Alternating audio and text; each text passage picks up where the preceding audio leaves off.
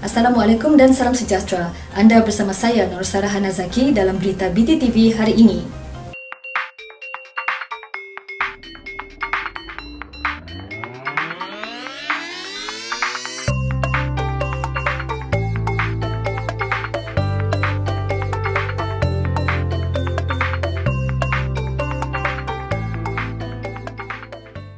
Yayasan Sabah Saman bekas Ketua Menteri Tan Sri Musa Aman. Lembaga Pemegang Amanah Yayasan Sabah memfailkan saman di Mahkamah Tinggi Kota Kinabalu menuntut bekas Ketua Menteri Tan Sri Musa Aman membayar balik 872 juta ringgit wang Yayasan Sabah yang hilang ketika mentadbir negeri bermula Mac 2003 hingga Mei 2018.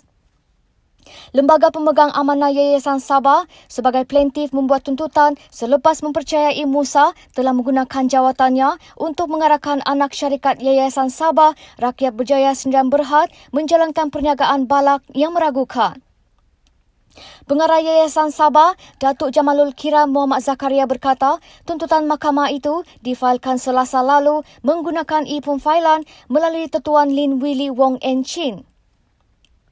Writ saman akan diserahkan kepada Musa sebagai defendant tunggal dalam tempoh terdekat.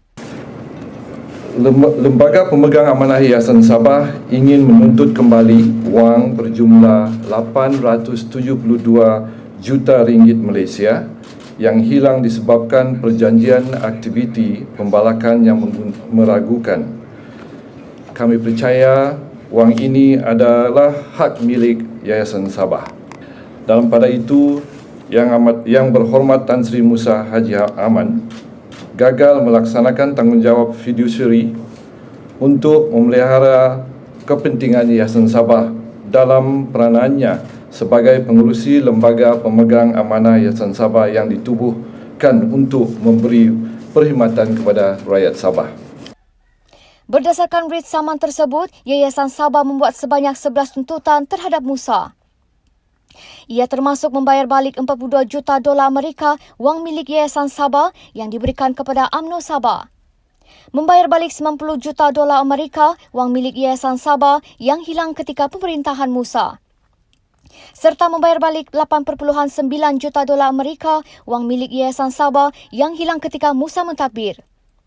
Lembaga Pemegang Amanah Yayasan Sabah mempunyai sebab-sebab kukuh untuk mempercayai bahawa Yang Berhormat Tan Sri Musa Haji Aman menggunakan jawatannya untuk mengarah anak syarikat Yayasan Sabah iaitu Rakyat Berjaya Sdn Berhad bagi tujuan perniagaan balak.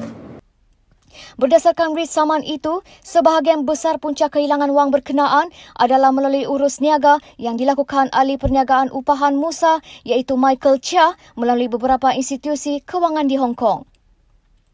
Michael dikatakan menjadi perunding kepada Musa untuk aktiviti pembalakan di kawasan milik Yayasan Sabah dan mengutip semua wang haram untuk kepentingan peribadi Musa. Dalam tuntutan mahkamah itu, kami telah menamakan beberapa penerima dan transaksi-transaksi melibatkan wang haram di dalam beberapa akaun luar pesisir yang kami tuntut melalui proses perundangan. Sementara itu, peguam plaintiff Datuk Douglas Lim berkata, tuntutan tersebut sebahagiannya berkaitan pendakwaan ke atas Musa yang dilakukan sebelum ini selepas siasatan menyeluruh oleh Suruhanjaya Pencegahan Rasuah Malaysia. Douglas yang turut hadir di sidang akbar itu yakin mempunyai kes yang kukuh dan atas sebab itulah saman itu difailkan. Yayasan Sabah yang ditubuhkan pada 1966 adalah pemegang konsesi pembalakan terbesar di Sabah. Penubuhannya bertujuan menjaga kebajikan sosio-ekonomi rakyat Sabah serta membantu pembangunan pendidikan negeri. Satu pertemuan di antara AirAsia dan Kerajaan Sabah akan diadakan akhir bulan ini untuk merangka mekanisme menjadikan Sabah sebagai pusat logistik rantau ASEAN. Menteri Pertanian dan Industri Makanan, Datuk Jun Suwong berkata, hab berkenaan memanfaatkan kedudukan Sabah yang strategik untuk membolehkan produk dihantar terus ke mana-mana destinasi di dunia selain memudahkan untuk memunggah muat dari tempat lain. Sekaligus menjimatkan kos logistik. Logistic hub means once this is done, future in Sabah ni kita boleh directly send our products straight from Sabah to any countries in mini Athenia hub. So kalau macam dia sekarang mau pergi KL daripada China, for example lah, mungkin Australia lah, ada jauh sikit lah, mungkin Australia, okay, dia jauh sikit, dia mau pergi KL. Tapi apabila kita jadi hub kan, dia akan datang ke Sabah untuk break back, baru dia send pergi KL. Dia tidak perlu pergi KL bersend balik. They can come to KL and to Sabah to break and then send to KL, and then baru mungkin send to Hong Kong macam tu. That means hub. So this is a game changer for Sabah definitely. Pusat logistik itu juga membantu usahawan agropreneur memenuhi pesanan melalui platform e-dagang Our Farm, iaitu platform perniagaan ke perniagaan yang dimulakan oleh AirAsia. Ia membolehkan petani berhubung terus dengan perniagaan serta meningkatkan pendapatan mereka tanpa melibatkan orang tengah. Datuk Jones berkata demikian kepada BTTV di pejabatnya di Kota Kinabalu. Sabah ada satu tempat yang memang cukup strategik untuk dia orang bina satu hub, dan dia cukup yakin dia memang boleh berjaya lah menjadi satu hub dan dia boleh dapat. Kedua, saya rasa ni timing pun ngam, sebab timing pun memang cukup sesuai, sebab saya nampak selepas ni COVID-19 pandemic crisis, saya rasa the whole world nampak sekarang food security is very important. Menjelang pembukaan semula sesi persekolahan yang dijangka tidak lama lagi, Menteri Belia dan Sukan yang juga Adun Luyang, Pung Jinze, menyampaikan sumbangan 38,950 pelitup muka daripada kerajaan negeri kepada 4 sekolah dan 2 taman didikan kanak-kanak tadika di sekitar Luyang hari ini. Sumbangan itu dijangka memberi faedah kepada 8,000 guru, kaki tangan dan pelajar. Setiap orang akan mendapat 5 pelitup muka yang dibeli dan diagihkan oleh kerajaan negeri. Ia bagi memastikan warga sekolah dan tadika kekal selamat ketika menyambung sesi pengajaran dan pembelajaran selepas bercuti panjang. Pung mengucapkan terima kasih kepada Ketua Menteri Datuk Seri Panglima Haji Muhammad Syafiee bin Haji Abdal atas sumbangan ini. Ia satu daripada inisiatif Kerajaan Sabah untuk membantu rakyat negeri ini pasca COVID-19. 4 sekolah yang menerima sumbangan berkenaan ialah Sekolah Tinggi Kota Kinabalu, Sekolah Jenis Kebangsaan Cina Shantau Penampang, Sekolah Kebangsaan Cina Anglo-Chinese dan Sekolah Kebangsaan Srigaya yang mendapat 5,500 pelitup muka. Tadika Chunghua Penampang dan Tadika Pik Nam Tung turut menerima sumbangan itu daripada Pung. Keseluruhannya 38,950 pelitup muka diagihkan kepada sekolah dan tadika berkenaan hari ini. Sebelum ini 50,000 pelitup muka turut diagihkan kepada 8,000 isi rumah di Luyang. Pung berkata bantuan sebegini akan diteruskan kepada penduduk di kawasannya yang terkesan dengan pandemik COVID-19. Tiada kes positif baru COVID-19 dilaporkan di Sabah hari ini. Bilangan kumulatif kes kekal 362. Bilangan kumulatif kes sembuh juga kekal 346 dengan 9 kes masih dirawat dalam wad. Semalam 1 kes COVID-19 dikesan di daerah Penampang membabitkan seorang tahanan kes judi di lokap Ibu Pejabat Polis Daerah Penampang. Tahanan warga asing berusia 26 tahun itu telah diantar ke Hospital Queen Elizabeth Kota Kinabalu untuk rawatan lanjut. Penampang kini mempunyai 16 kes positif COVID-19. Presiden Pertubuhan Kinabalu Progresif Bersatu APKO, Datuk Seri Panglima Wilfred Madius Tangau berkata penjenamaan semula parti itu telah menarik minat rakyat berbilang kaum di Sabah. Menurutnya, parti itu mulai mendapat keahlian daripada pelbagai kaum termasuk Cina dan Bajau Sama. Madius yang juga Timbalan Ketua Menteri Sabah berkata demikian dalam sidang media selepas menerima 420 borang kemasukan ahli baru di Ibu Pejabat APKO di Penampang semalam.